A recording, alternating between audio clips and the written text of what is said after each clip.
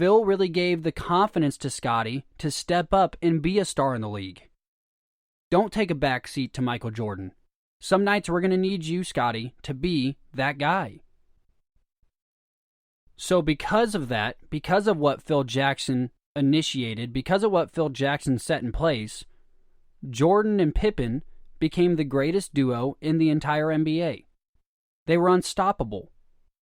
They both learned how to be facilitators. They both learned how to get their shots. They both learned to defend at a very high level.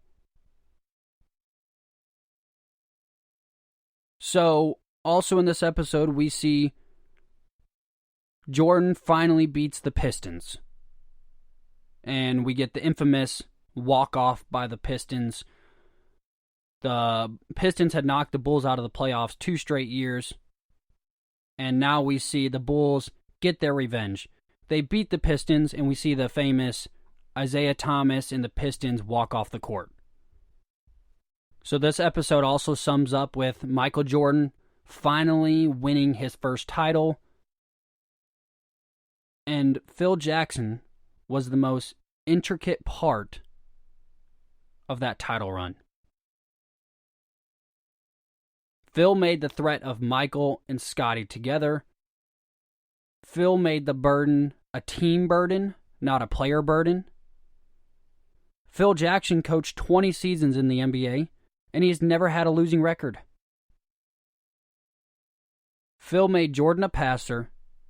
Phil made Jordan the best player in the league because he told Jordan, stop worrying about scoring 70 a night and start worrying about winning as a team. Jordan gets his championship because Phil Jackson led Micheal Jordan down the right path. Simply put, my takeaway, Phil Jackson is the greatest coach in the history of the NBA. Episode 5, we get the famous Like Mike slogan, Air Jordan. We get a very touching moment at the beginning of episode 5 where it was a tribute to Kobe Bryant. It opens up with the All-Star game, Kobe versus Jordan, where Jordan, of course, won the All-Star game MVP, but 19-year-old Kobe Bryant goes in there and turns some heads. So I thought that was a very beautiful moment to open up the show. And then we kind of get into the analytics of sports. We see Micheal Jordan starting to get ready to sign shoe deals. And he was obsessed with Adidas.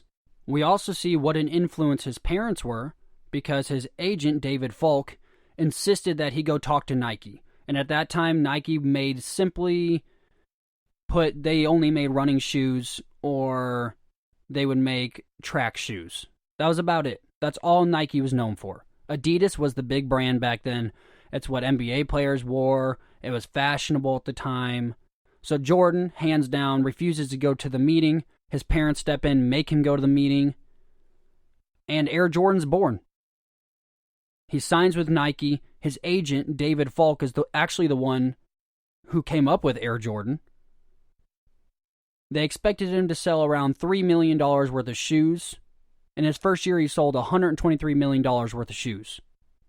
So Jordan's global phenomenon was well beyond what even he thought at the time, what his agent thought at the time. Later on in the episode, we see Jordan go at it with Clyde the Glide Drexler in the NBA Finals. This is where Jordan gets his back-to-back championships. We see the Dream Team get formed in this episode for the Olympics.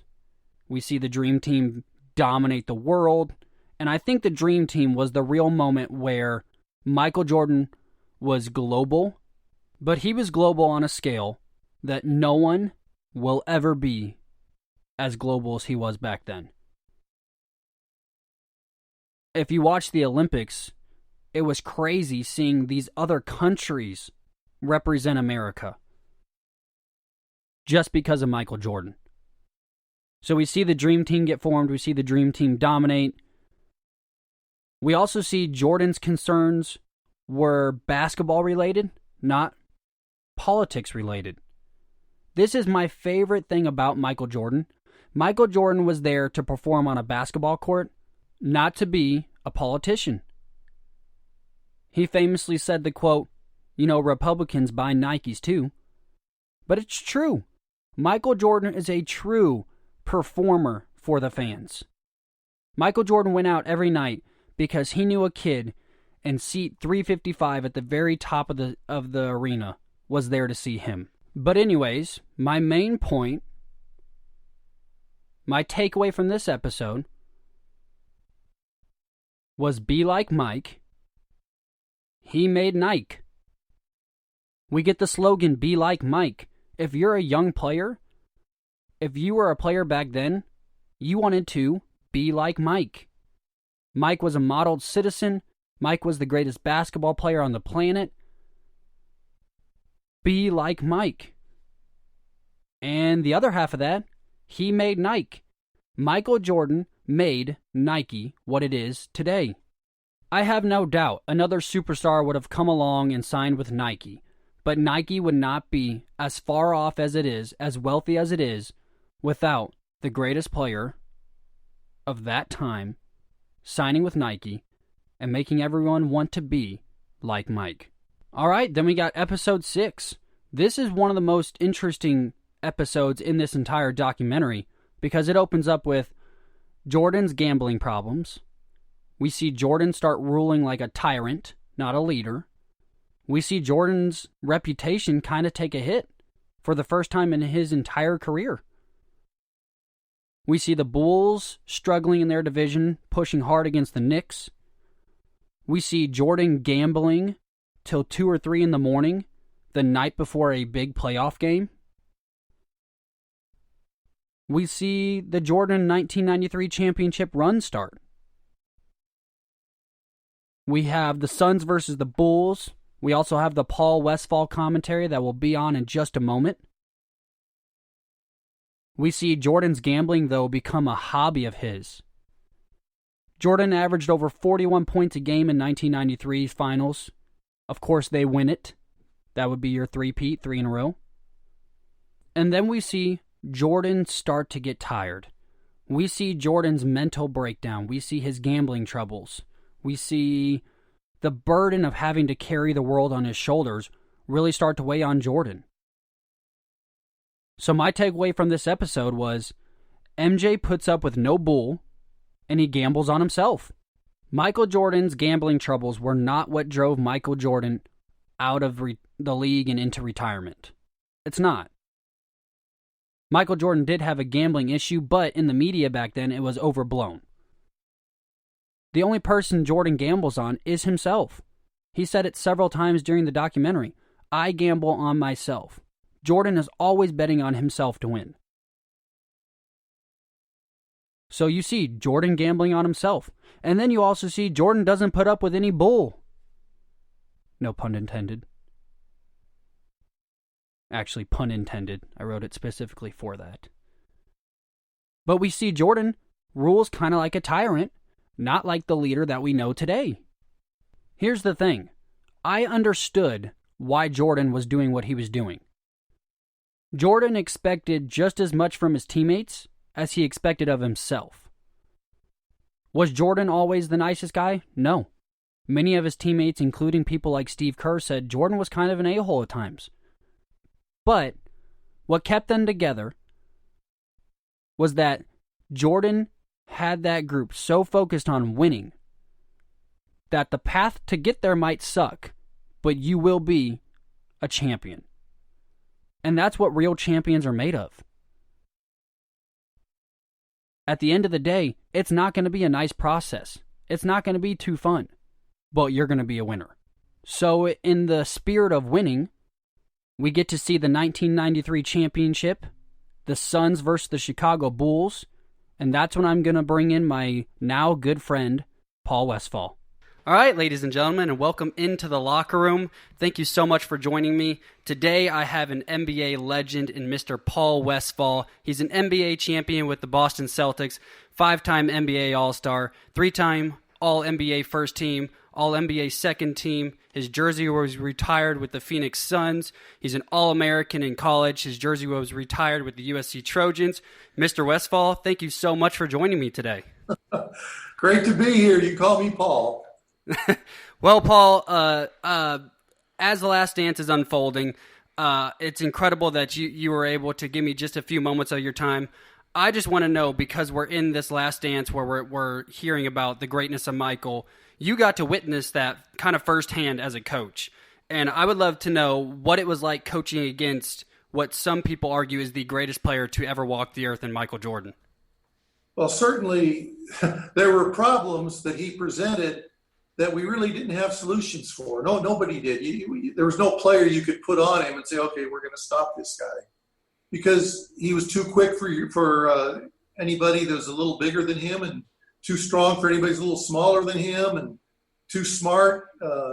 Great shooter, great post player. He could pass and would pass when you made him pass. So he had no flaws. You tried to wear him down. That didn't work either. But we tried everything, knowing that he was going to score.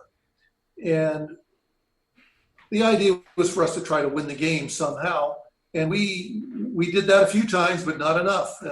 It was credit to his greatness and the greatness of his teammates that they were able to just keep winning those championships no matter what anybody threw at them. Well, and I heard a very interesting interview. Bill Belichick was actually interviewed not too long ago, and he said the first time Tom Brady really took his form as what people consider the greatest of all time, when he hit that 5th Super Bowl, he said when you look at somebody like that on the field, and he was on, Tom Brady was on his team, he said when you look at somebody who's that great, he goes, it's one of those things where they seem kind of just like a godlike figure that is just kind of unreachable. When you saw Micheal, in those final moments, when his instincts kicked in to be the Micheal Jordan in the moment, was it one of those things where you just sit back and just knew that you were watching greatness, or is that something you came to appreciate later in life? Both. We had a great player on our team, Charles Barkley. Oh yeah, absolutely. Shake my head at him, and I can't believe that guy did that. Michael's on the other team. We'd shake our heads and say, yeah, what are we going to do with this guy? Everything you do, he's got an answer. And he was that good. Wow. What an incredible moment. What an incredible moment to not only hear about from somebody who coached against Micheal, someone who also had Charles Barkley, an incredible Hall of Famer on his team. Not an only incredible moment to hear about, but just kind of a surreal moment for me in the fact that Paul Westphal was so gracious to just give me 10 minutes of his time to answer this short segment, and then next week he's answering the LeBron-Jordan debate. He's telling me who he thinks the GOAT is. He has a very unique perception on that as well. But just thank you so much to Paul Westphal. For those of you who did think that audio was a little weird, we did pre-record this, so I want to thank Jason, who was able to give me this audio clip that I was able to put in here. So, wow. I mean, it's kind of one of those things that if an NBA legend says, yes, I'll talk to you, you kind of drop whatever you're doing and pick up a set of headphones and just record it then. I wasn't going to have him wait on me.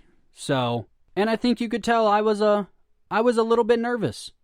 I am not a nervous Nelly. I'm not someone who gets nervous at all, but it was like he expected so much out of me that I was a little starstruck for a second, I think is what it was. But thank you, Paul Westphal. And yeah, I mean, all I can say is MJ, he might have ruled like a tyrant, but he put up with nobody's bull, and he gambles on himself. And who's better to gamble on themselves than Micheal Jordan? Episode 7 of The Last Dance was definitely the most somber episode. In this episode, we see Micheal Jordan's relationship with his dad. I mean, they were like best friends. Jordan's dad was his leader, his mentor.